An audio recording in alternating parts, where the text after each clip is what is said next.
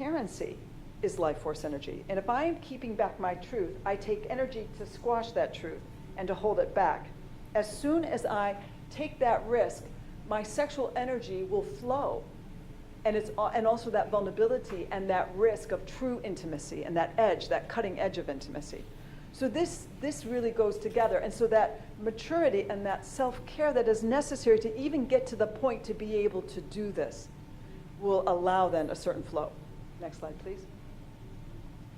The body never lies. So whatever is happening, and this is my second to last slide, whatever happens in relationship, the body never lies, in any relationship. So the body is a barometer of what's going on, all right? So whether that's sexually, whether that's transparency, whether that's I am run down and I have nothing more to give, the body will be an indication of that. And the last slide.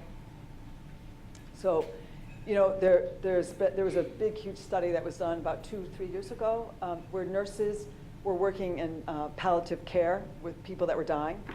And they would do interviews with them, like, what is your biggest regret? Or what are those things that are most important to you? And consistently, the number one thing that people said, it wasn't the money they made, was did I live well? Did I love well? Did I love well? And that's, you know, and what I tried to show here in this very brief presentation is the art of truly loving well in intimate relationship. Great. So thank you very much. So are we opening it to questions? Can we open it to questions for both of us? If any doubts or questions, you can ask. So, hi, I'm Shivani. Hi, There's this kid you spoke about transparency Yes. in love and relationships, and I'm talking about romantic relationship. So many times what happens is that, and what I have also been advised, and I have faced the brunt is the word that I'll use, face the brunt of being honest, is because it comes back to you really bad, and then you get, it gets quoted back to you, but you said this and you have done this. Can I interrupt you on one thing there?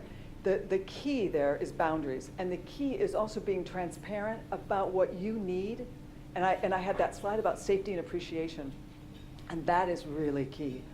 And there's that necessity to set that boundary and say, if I'm going to be transparent with you, I need to know that you're not going to use it as a vindictive tool or weapon against me in arguments in the future. And I also need to know that you're not going to tell our friends, our loved ones, your loved ones, whomever, so that it's not coming back at me also in a way.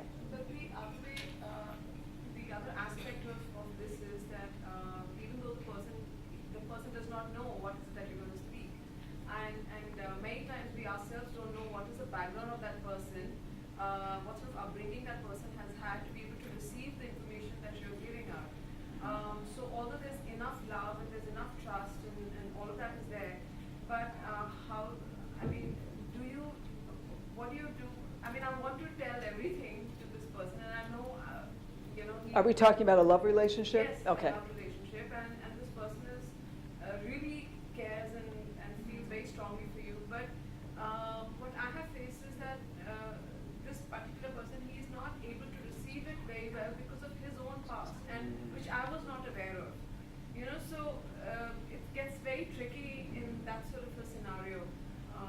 So what happens is that there are enough number of fights and arguments, but we are not leaving each other. So what I would say to you then is to ask him, are you willing to enter into a conscious relationship with me?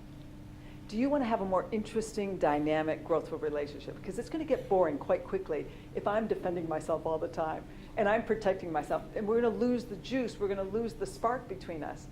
If we really have that kind of commitment to each other, it'll be interesting, and it will sustain that interest for a long time. Could you imagine saying that to him? No. Well, I gave you my card. On my website, I have a lot of radio interviews and podcasts where I interview exactly on this subject. Have him listen to one of them.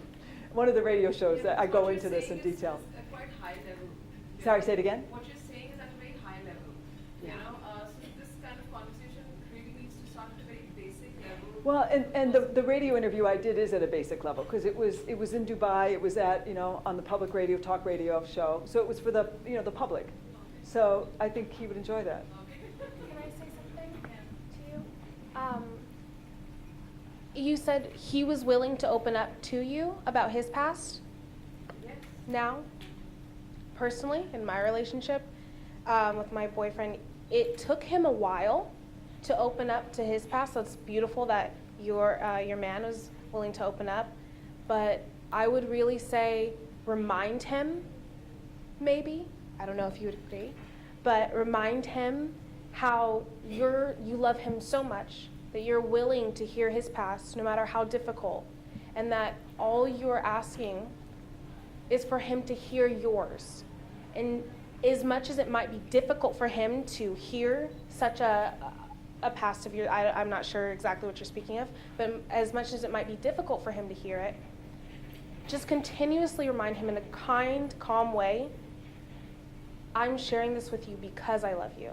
And if it wasn't for that love, these words would not be escaping my mouth. I think that kind of reminder would really benefit the flow of the conversation. It has for my experience, at least. Great, thank you. Yeah, let's see, we have one over there and one over there. Okay, all right, go ahead, and then we'll have you afterwards. Thank you.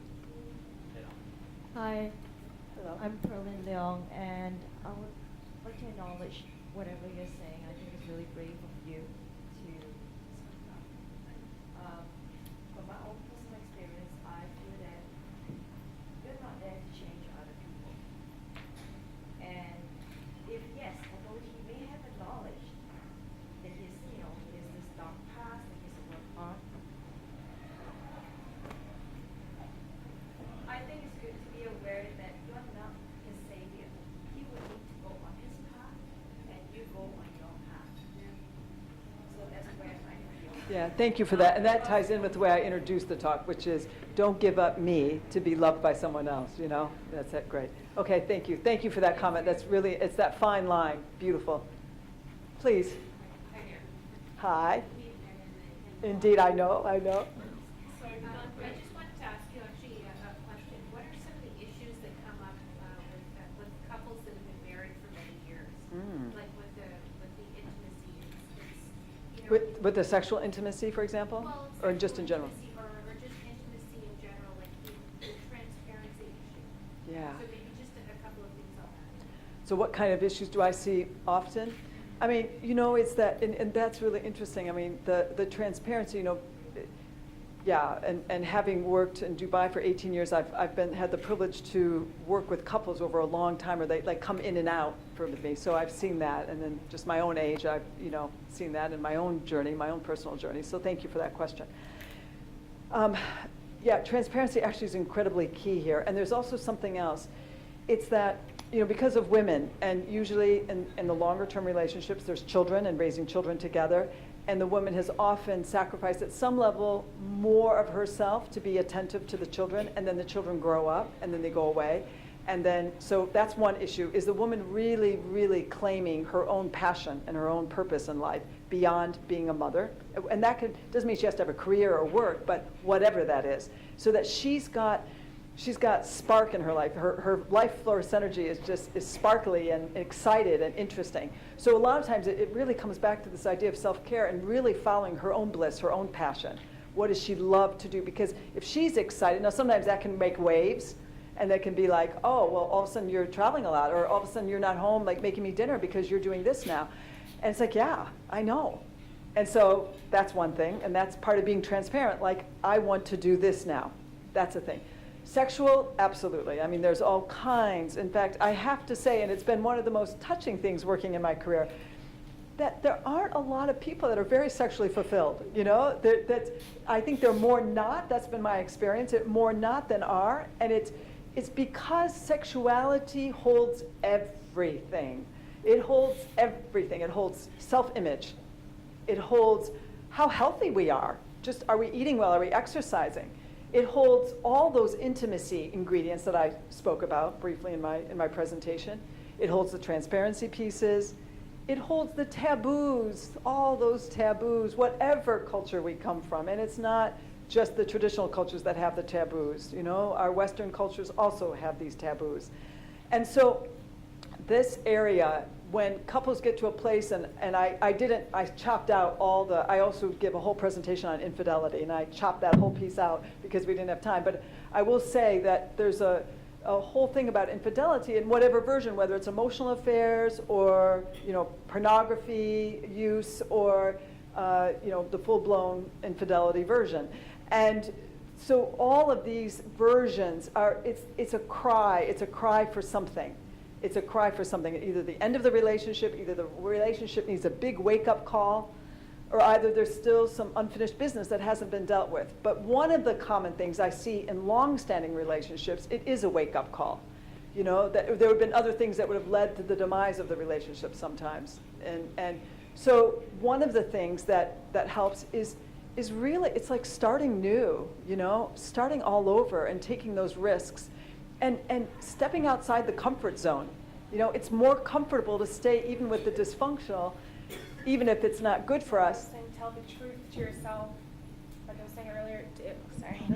Telling the truth to yourself, and of course I'm 22, like I said. I have not been married for many years, but when you're honest with what's really and truly going on deep down under, your answers will be there. They lay there. They're hard to discover maybe, but like you said, when you step outside your comfort zone to find yourself, it's really worth that time. And it motivates other people. Like we were hearing earlier today, it really does motivate so your romantic partner to see, wow, they're cultivating something within them. Maybe I should, you know, start anew within me. And that beauty does cycle, that love will cycle. Realizing who you are is a beautiful thing, and people see that. They will see that in you. And it will help your relationships that you're in. Are we answering to? Yeah. Great. All right, any other questions? How are we doing on time? How many more minutes do we have left? 5 minutes, okay. Please, Kim. So you spoke about infidelity in marriage. Have you had success with couples coming back together? Absolutely. And there was a slide I had, like I said, that I deleted out. So there are 4 reasons why infidelity exists. The first one is the childhood wounds are getting triggered and it's unsustainable, it's intolerable, so someone goes to get that soothing rather than self-soothing from someone else, okay? So like self-image issues, I'm thinking of 2 people I've worked with that was the case. They had big self-image issues and it went back. It wasn't just a physical self-image, it was a self-worth issue. It went way back. And when they got to a certain point of tension within themselves and handling that, there was a temptation, and they went for that temptation to get that immediate soothing. So that's one example. Another common reason for infidelity is childhood issues is favoritism. So let's say you weren't the favorite, all right?